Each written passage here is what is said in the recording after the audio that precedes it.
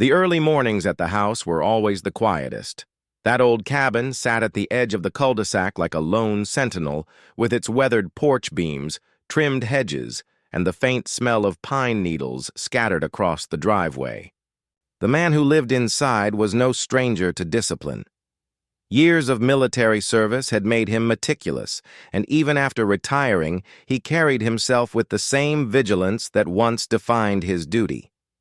Though the neighbors hardly knew his full story, they all recognized something about his presence.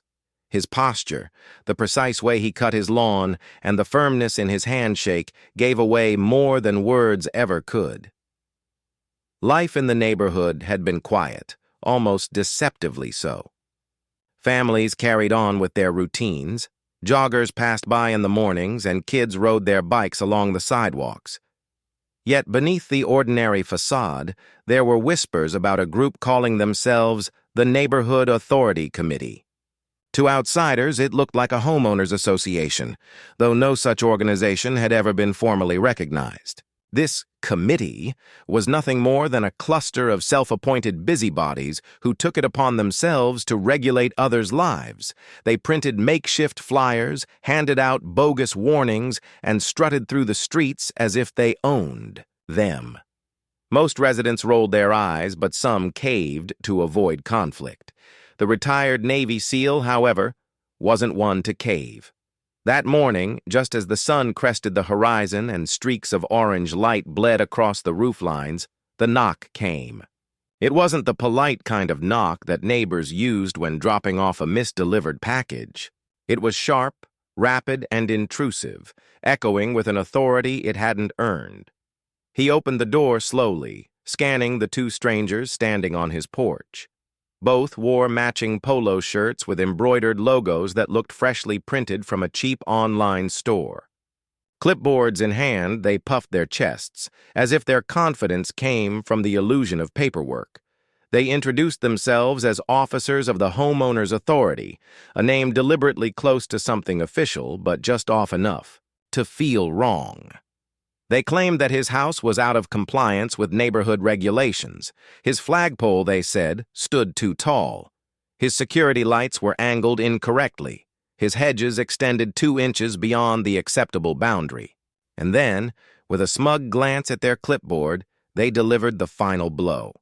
He was in violation of occupancy rules, and if he failed to comply, they had the authority to confiscate his property. It was laughable on the surface, yet their tone carried an edge of intimidation.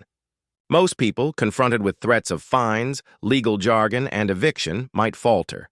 That was the goal. They thrived on fear, bullying those too timid to question their legitimacy. But this was the wrong house for their game.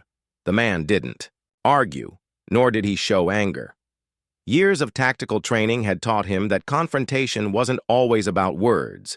It was about posture, presence, and silence.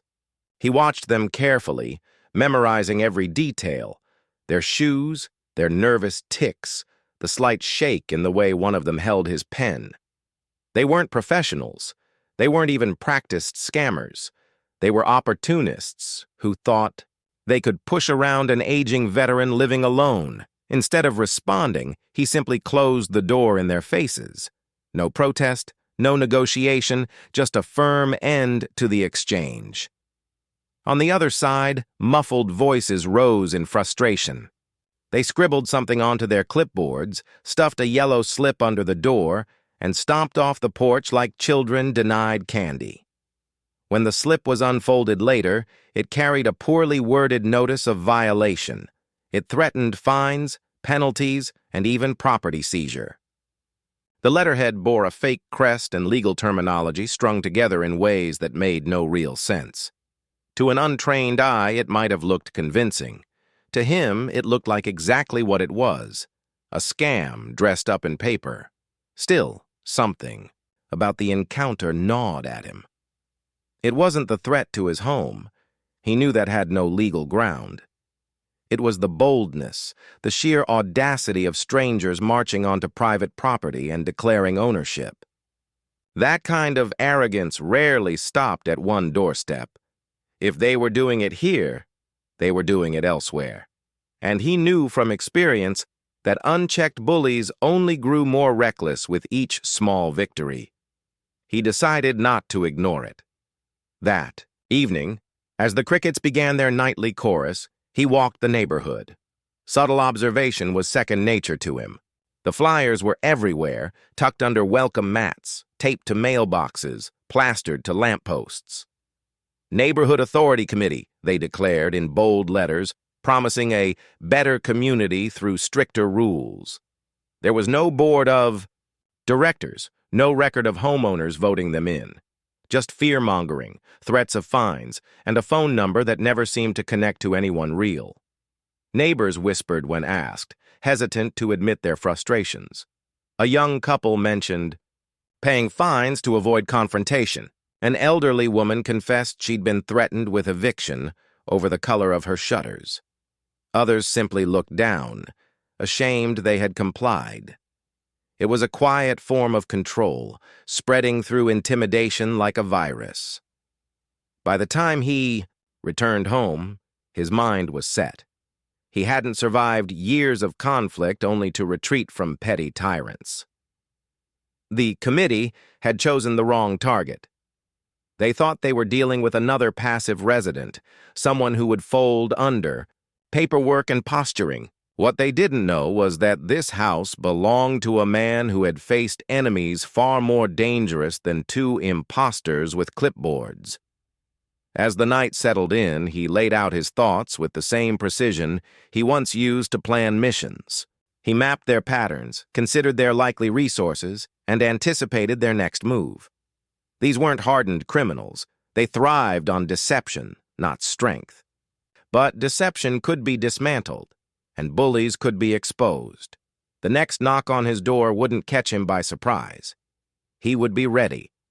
And as he prepared for the inevitable confrontation, one thought repeated in his mind. They had no idea who they were dealing with. The following morning broke with a heavy stillness, the kind of air that clung close to the skin and warned of trouble long before it arrived. The retired Navy SEAL was already awake, his routine unshaken.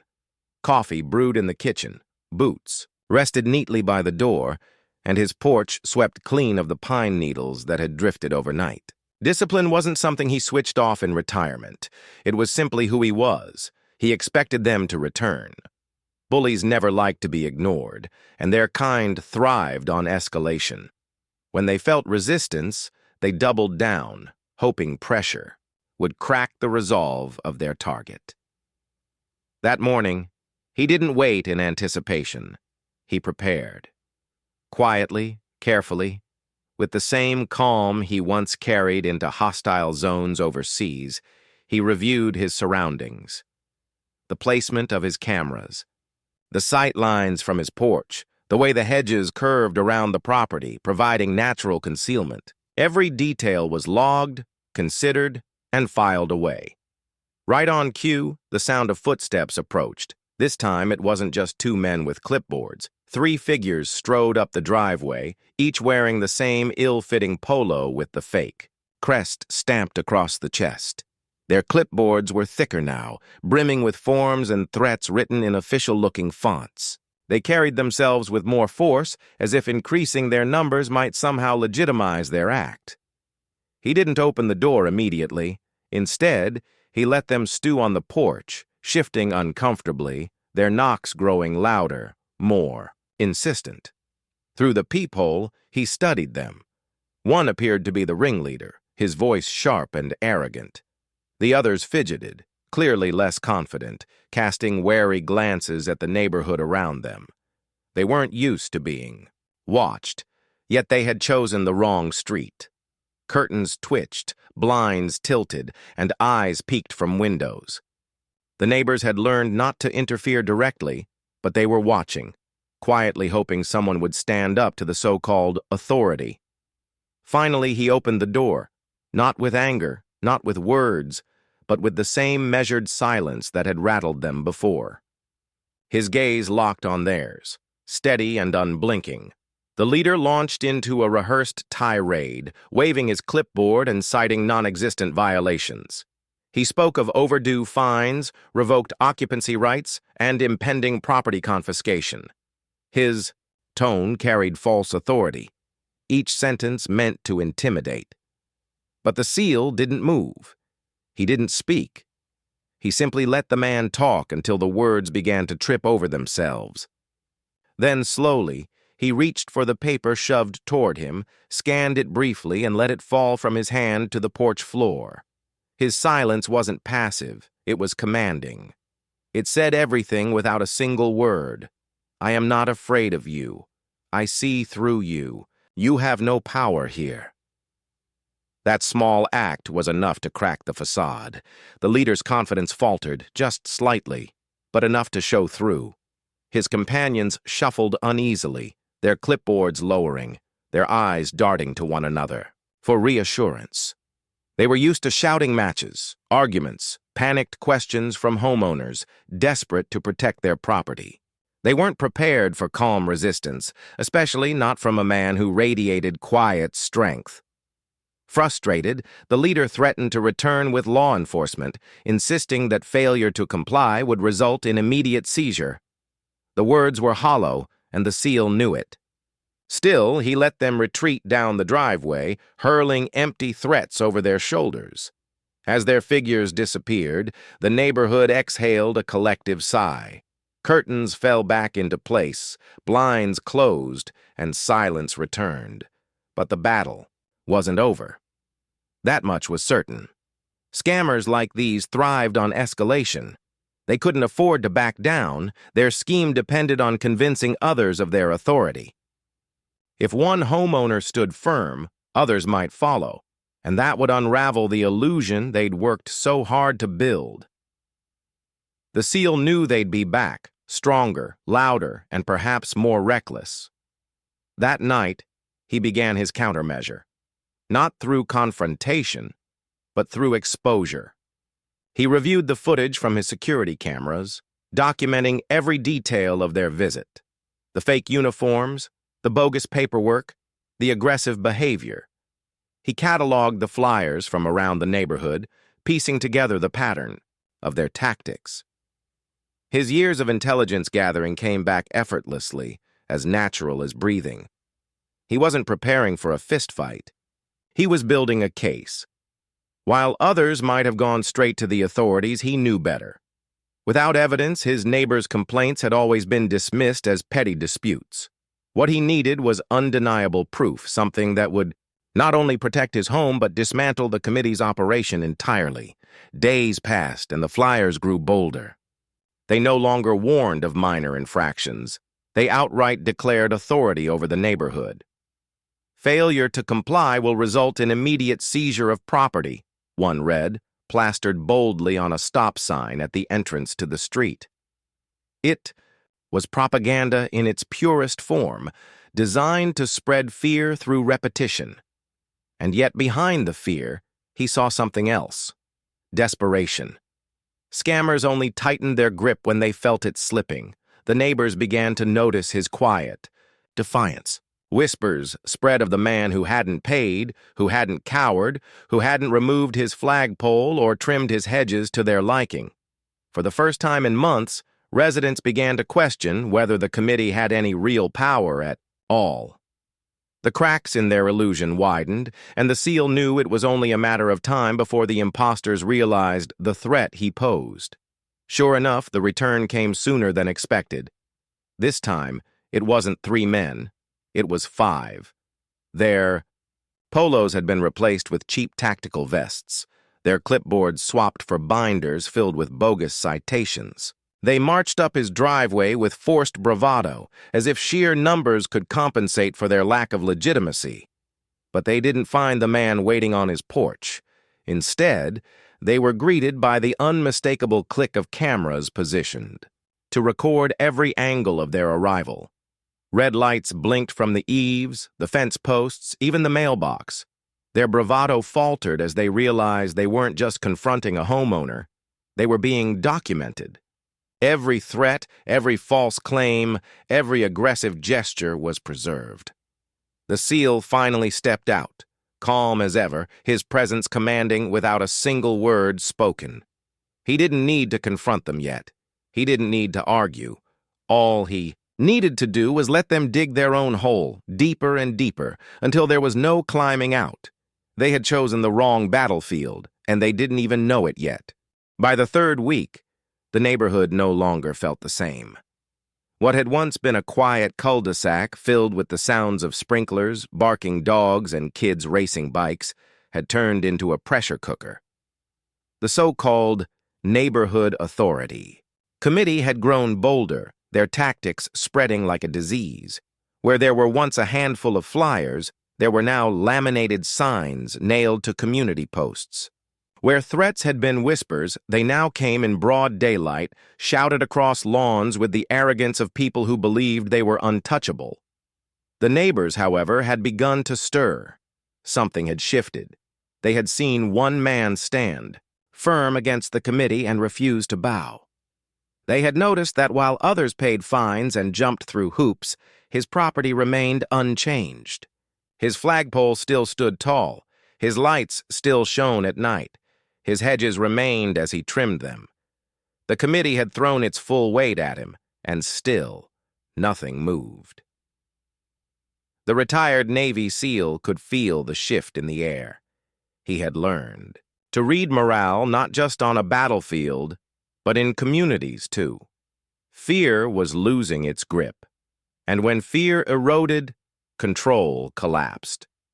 That was why the impostors were growing desperate. They knew their authority was being questioned. They knew their scheme would unravel if just one more neighbor followed his example. That desperation made them unpredictable.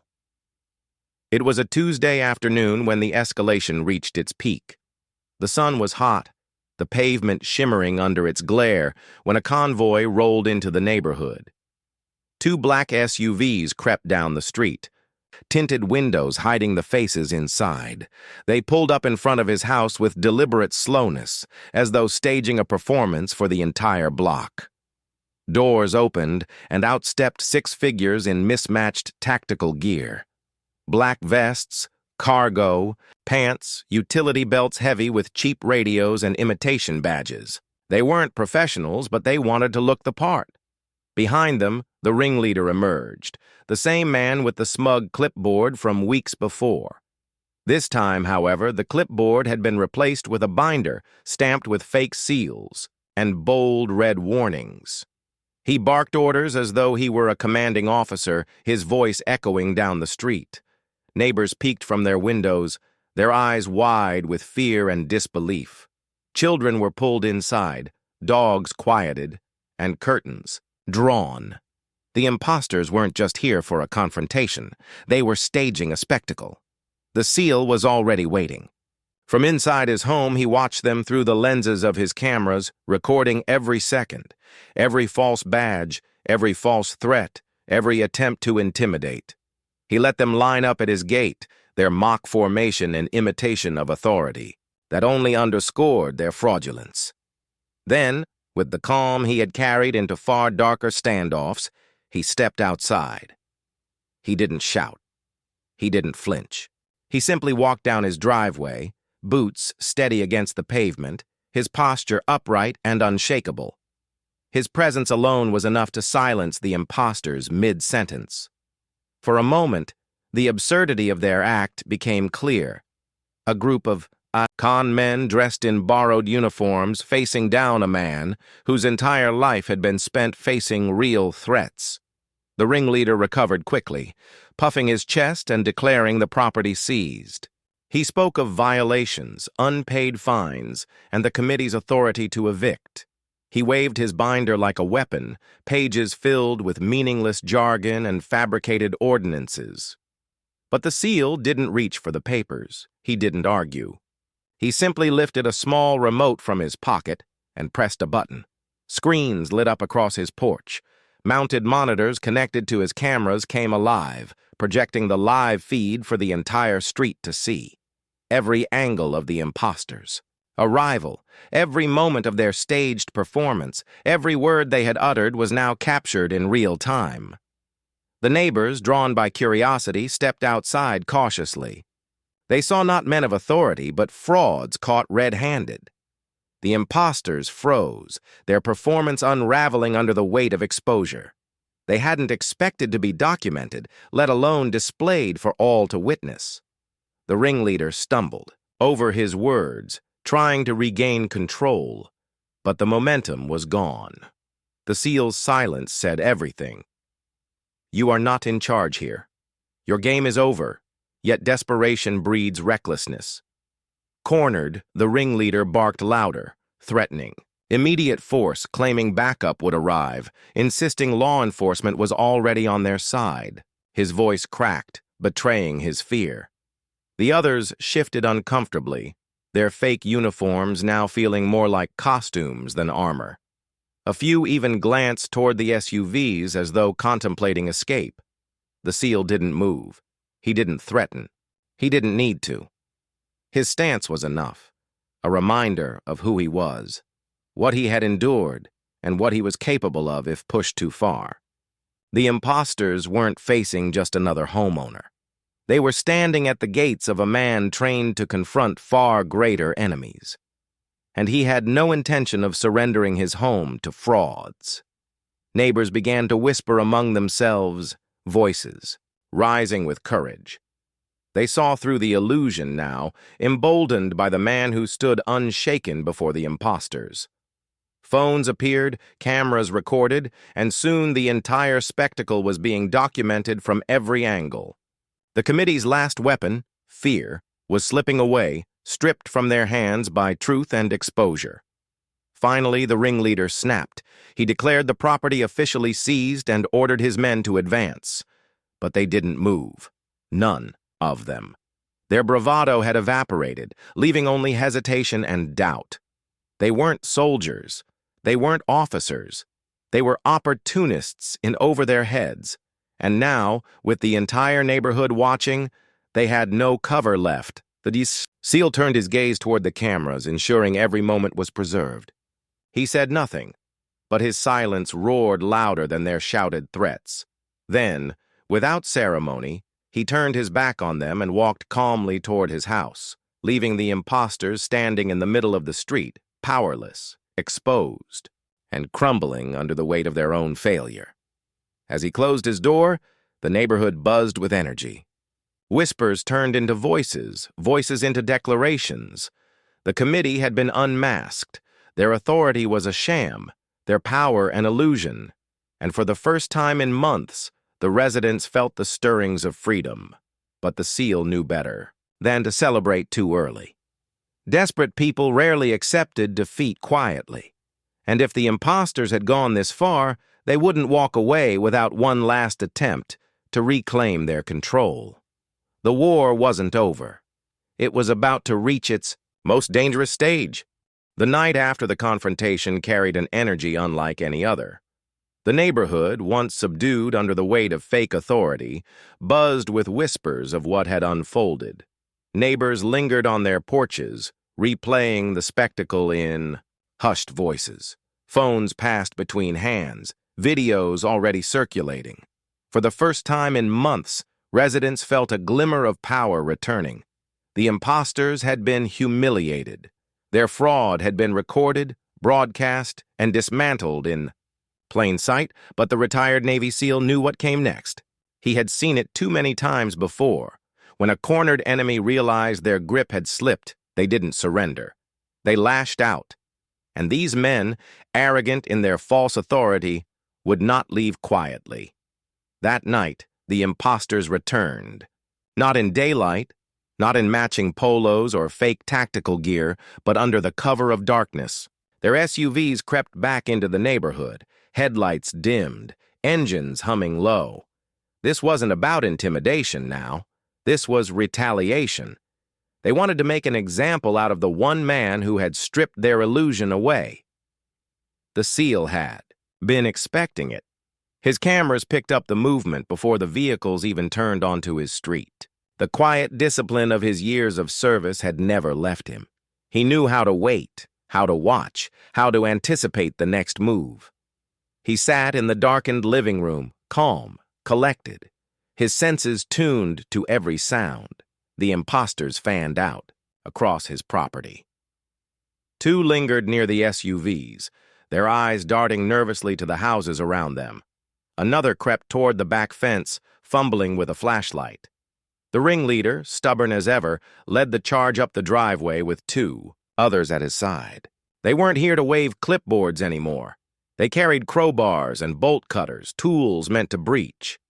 The SEAL didn't panic. Instead, he let them advance, each step caught clearly on the infrared cameras.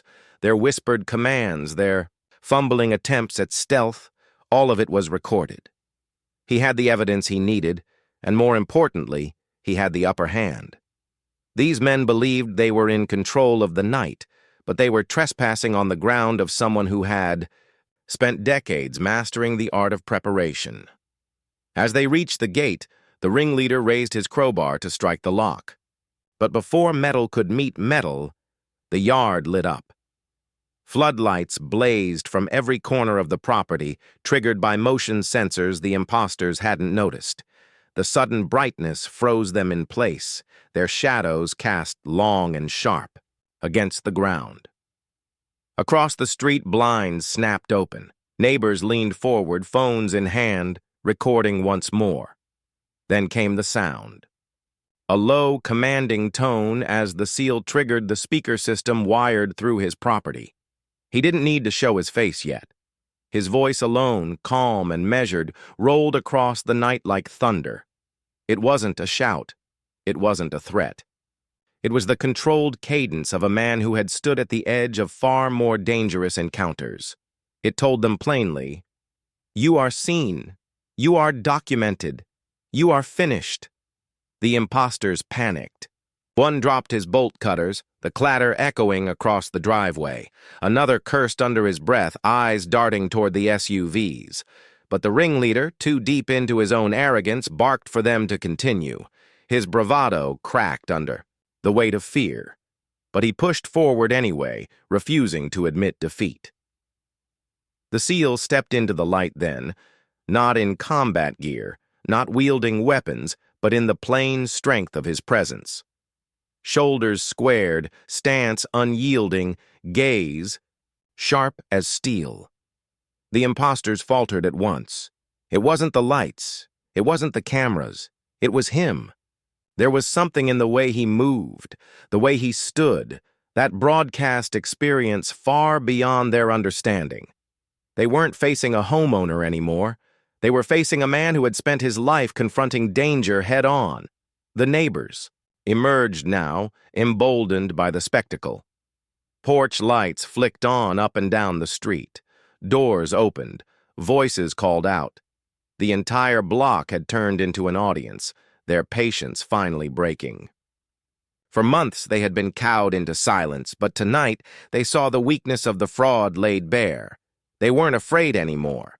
The impostors tried to regroup, but every step they took was caught on camera. Every curse, every desperate attempt to justify their actions, every swing of their tools. It was all documented. The SEAL didn't need to lift a finger. He let the impostors incriminate themselves in front of the entire neighborhood. Finally, the ringleader snapped under the pressure. He hurled his crowbar to the ground and shouted threats about lawyers, lawsuits, and police support. But his words carried no weight anymore. The neighbors laughed bitterly, their confidence restored. Phones stayed trained on him, capturing every lie, every stumble, every desperate plea. The impostors retreated, not in the organized formation they had tried to project before, but in chaos. Tools abandoned, curses muttered, they scrambled into their SUVs, engines roaring as they fled into the night. Their departure wasn't dignified, it was humiliating, and it was the last straw for the neighborhood. The SEAL didn't celebrate. He stood quietly in his driveway, watching the taillights disappear. He knew they would try again, but each attempt made their weakness more obvious. Their threats were hollow now, their image shattered. What remained was desperation, and desperation always spelled downfall. By the next morning, the videos had spread beyond the block. shared in group chats, uploaded to neighborhood forums, passed along to local authorities. The imposters' faces were everywhere. Their fake vests, their bogus badges, their attempts at intimidation, it was all exposed. The illusion of power they had crafted so carefully was crumbling. The neighbors rallied. For the first time, they gathered openly, no longer afraid to speak. They compared notes, exchanged stories, and realized just how deep the fraud had run. Fines paid, threats endured, countless hours wasted, all to a group of opportunists who had never held any authority. Their anger replaced their fear, and anger, once united, became a force the impostors could not withstand. The SEAL watched quietly from the edge of the gathering. He hadn't set out to lead a movement, but his defiance had sparked it nonetheless. He knew the impostors would lash out once more before the end, but the tide had already turned. The neighborhood had woken up. The fraud was exposed. And now, the impostors were the ones living in fear. The war wasn't over yet, but the outcome was already written. The days following the failed nighttime retaliation reshaped the neighborhood in ways no one had anticipated. For months, fear had been the undercurrent, woven into every whispered conversation, every hesitant glance toward a flyer, every forced compliance to a fabricated rule. But that fear had dissolved. It had been replaced with resolve, with a fire that spread from one household to the next. The impostors hadn't vanished completely.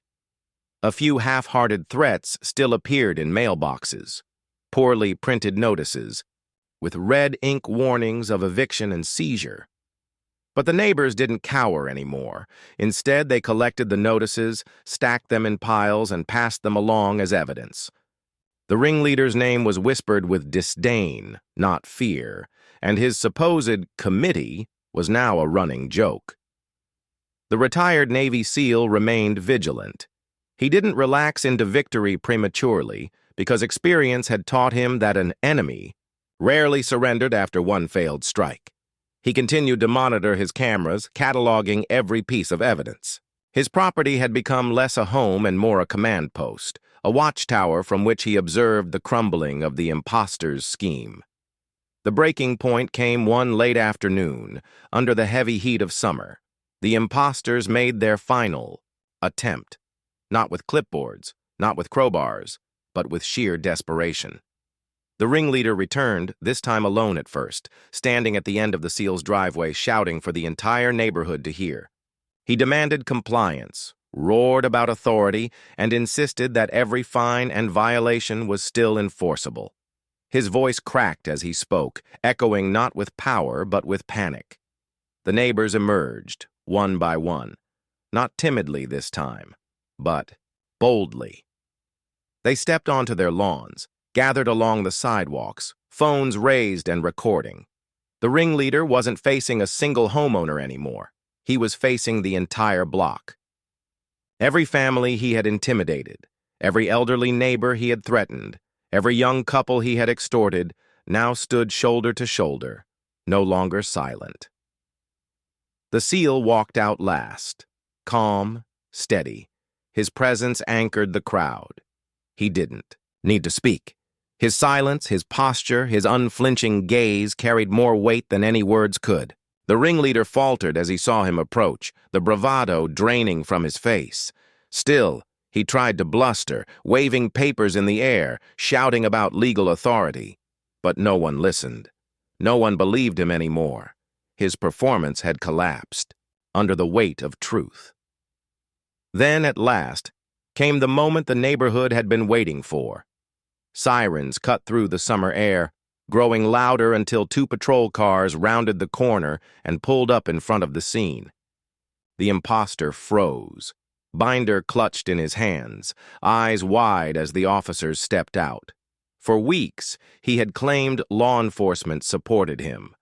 For weeks, he had leaned on their name to enforce his scam. Now, their actual presence was his undoing. The SEAL had already provided the authorities with the evidence. Hours of video, stacks of flyers, testimonies from residents. Every false badge, every staged performance, every trespassing attempt was documented beyond dispute. The impostor tried to argue, tried to convince the officers of his authority, but his lies crumbled under the weight of proof. The neighbors shouted their stories, one after another, their voices overlapping in a chorus of anger and relief. The ringleader's hands shook as the officer stepped closer. His binder slipped from his grasp, papers scattering across the pavement. Empty threats about committees and seizures fell flat, no longer believed by anyone. The officers placed him in handcuffs, his protests drowned out by the cheering of the neighborhood. For the first time in months, laughter replaced fear.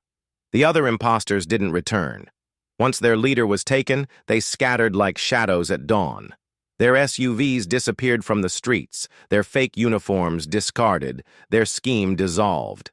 They had preyed on fear, and when fear was gone, they had nothing left to stand on.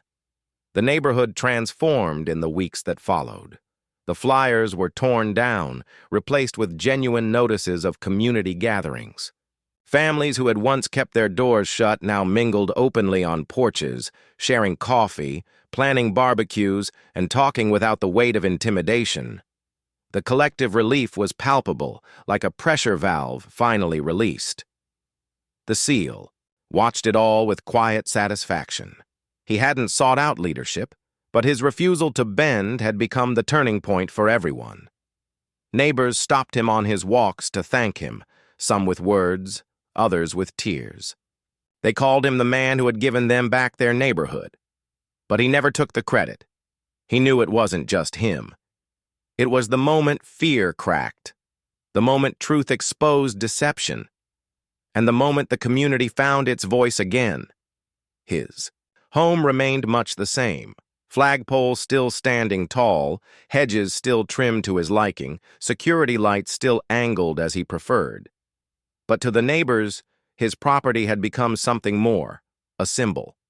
A reminder that authority must be real, not manufactured, and that standing firm in the face of fraud could turn the tide for an entire community. Late one evening, long after the impostors had been dealt with, the SEAL sat quietly on his porch. The night air was calm, filled with the steady chirping of crickets. For the first time in a long time, peace truly settled over the street. He sipped his coffee, eyes scanning the horizon out of habit, not necessity. His life had been built on vigilance, on readiness, on strength. But in that moment, he allowed himself a rare comfort, the knowledge that the battle was over, the neighborhood safe, and the home he had fought to protect secure. The impostors had tried to confiscate his house. They had threatened him with false authority, bogus fines, and empty words. But they hadn't known who they were dealing with. And in the end, it was their ignorance that destroyed them. The neighborhood had its freedom back.